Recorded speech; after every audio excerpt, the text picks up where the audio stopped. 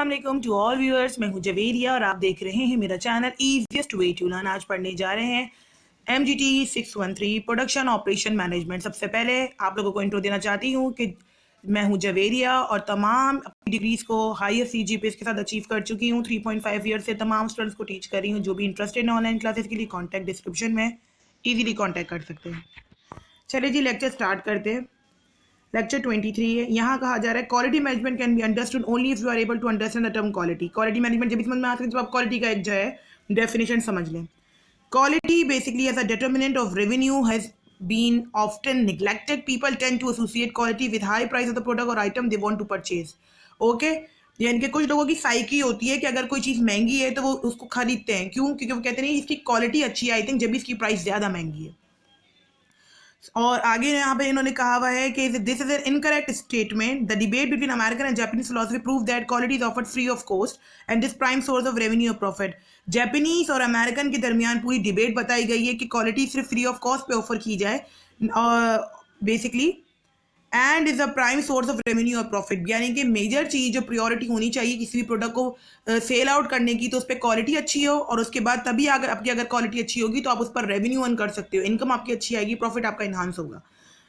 Okay जनाब, अब आगे इन्होंने यहाँ पर सिर्फ और सिर्फ ये बातें कही हुई है कि अमेरिकन इंडस्ट्री 17 में talk about cost cutting and productivity improvement, यानी कि आपकी कॉस्ट कम हो और प्रोडक्टिविटी ज़्यादा हो। बेसिकली जो फोकस कर रहा है वो इस सब्जेक्ट के अंदर कि आपने कोई भी ऐसी चीज़ प्रोड्यूस करनी है जिसकी कॉस्ट बेसिकली कम हो, तो आपका जो रेवेन्यू होगा वो ज़्यादा होगा, सेल आपकी इंक्रीज होगी।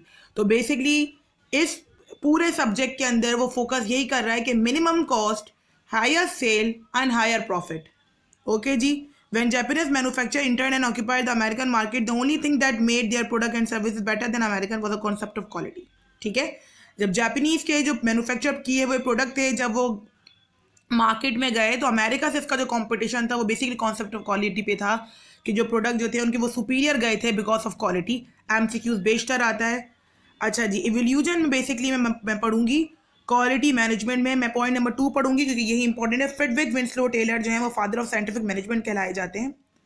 इसके अलावा JS रेडफोर्ड ने इंट्रोड्यूस कराया था quality as a product design. अगर पूछते हैं वो लोग के कौन है फादर ऑफ क्वालिटी, तो फ्रेडरिक विंस्लो टेलर। ये सब MCQs है आपके। GS रेडफोर्ड कौन है, तो उन्होंने क्वालिटी के डिजाइन पे फोकस किया था।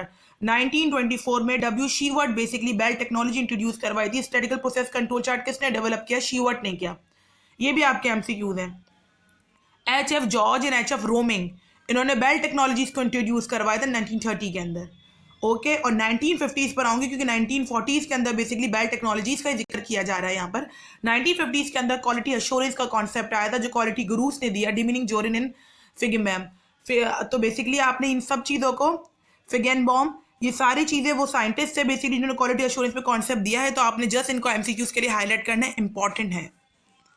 1960s के अंदर जीरो डिफेक्ट्स मैनेजमेंट निकल कर आई थी। बेसिकली क्वालिटी ग्रुप फिलिप क्रॉसबाई थे। ये हाईलाइट कीजिए कि जीरो डिफेक्ट्स का कॉन्सेप्ट जो दिया है वो फिलिप क्रॉसबाई ने दिया है। ये भी MCQ है। 1970 के अंदर क्वालिटी एश्योरेंस बेसिकली जो है वो service like health care department introduce हो। 1970 के अंदर क्वालिटी एश्योरेंस का कॉन्सेप्ट हुआ change to strategic quality approach. ये सारे आपके वो MCQ है जो एग्जाम में लाजमी आते हैं बेसिकली, और इन अप्रोचेस को आपने लाजमी जो है वो ध्यान देना है। Quality assurance versus strategic approach. Strategic approach एक सुपरलेटिव है फ्रॉम क्वालिटी एश्योरेंस, क्योंकि क्वालिटी एश्योरेंस में बेसिकली क्वालिटी को अश्योर कर रहे हो आप, लेकिन स्ट्रेटेजिक अप्रोच पूरी हिकमत अमली बना रहे हो, स्ट्रेटेजी है पूरी आपकी, तो ये सुपरलेटिव टर्म पे चली जाती है। Quality assurance place emphasize on finding and corrective defect before reaching market.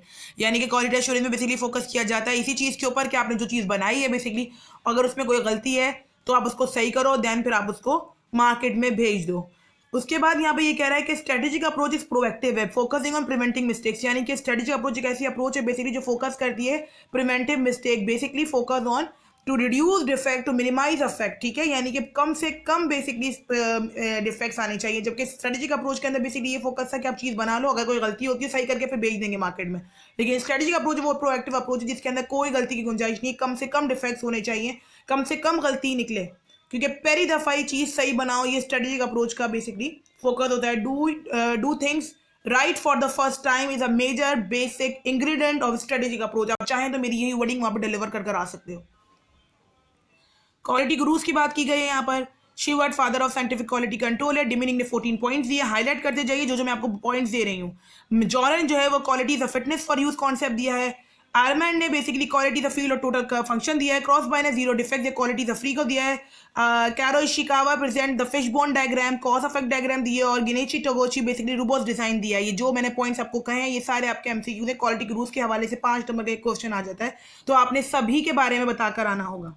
Dimension of quality है performance, ethics, aesthetics, special feature, conformance, reliability, durability, perceive quality और सर्विसेबिलिटी। ये सारे के सारे एमसीक्यू हैं, सबको हाईलाइट कीजिए जस्ट हेडिंग कि कोई भी डायमेंशन ऑफ क्वालिटी यानी क्वालिटी कितनी जगह तरीका होता है और जब बनाई जाएगी तो उसके क्या क्या डायमेंशन होंगे, क्या क्या चीज़ों पर फोकस किया जाएगा, तो उसकी परफॉर्मेंस पे, उसके एस्थेटिक्स के ऊपर, स्पेशल फीचर्स के ऊपर, conformance, reliability, durability, perceive quality और सर्विसेबिलिटी, ये वो तमाम चीज़ें हैं जो डायमेंशन ऑफ क्वालिटी पे आते हैं।